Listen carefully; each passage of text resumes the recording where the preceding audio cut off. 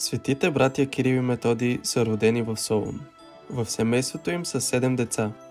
Методий е най-голямият син, роден през 815 година, а Кирил е най-малкият, роден през 827 година. Първоначално Кирил не се казва така. Кръстен е Константин и всъщност сменя името си преди смъртта си. Двамата братя идват от благородно семейство. Баща им Лъв е един от първенците на града, а майка им Мария също има знатен произход. Кирил и Методий още като малки научават славянски. Как успяват, не се знае с точност. Смята се, че майка им е била славянка.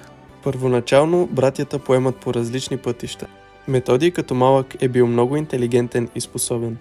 Затова е назначен като началник на област и е такъв в продължение на 10 години.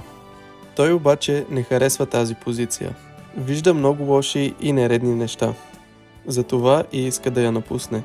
Оттегля се и отива в манастира Свети Полихром в Мала Азия, където става монах. Константин Кирил пък от малък се чете и образова.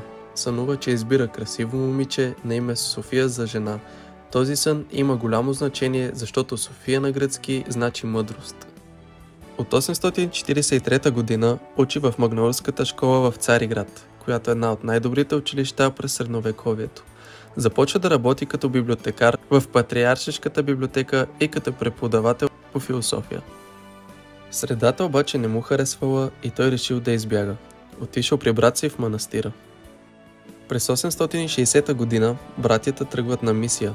Двамата отиват при хазарите. Там философът трябва да убеди хана защо християнството е правилната вяра. Константин Кирил успява да убеди опонентите си и да ги обори.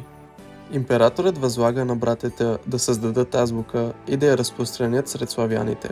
В манастира светите братя създават първата славянска азбука. След като я написват, се отправят към Велиград, столицата на Великоморавия. Там усърдно обучават множество свои ученици. Кирил умира в Рим на 14 февруари 869 година, а Методий на 6 април 885 година и се счита, че е погребан във Велиград.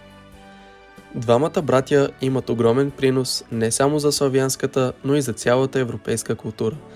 Техният празник честваме на 11 май, а 24 май пък е обявен за ден на българската просвета и култура. Нека не забравяме тяхната история, техните усилия и тяхното наследство. Нека подобно на тях да вървим към знанието и просветата и както се пее в химна на 24 май, нека името ви да живее в всенародната любов, речта ви мощна, нек се помни славянството во век веков.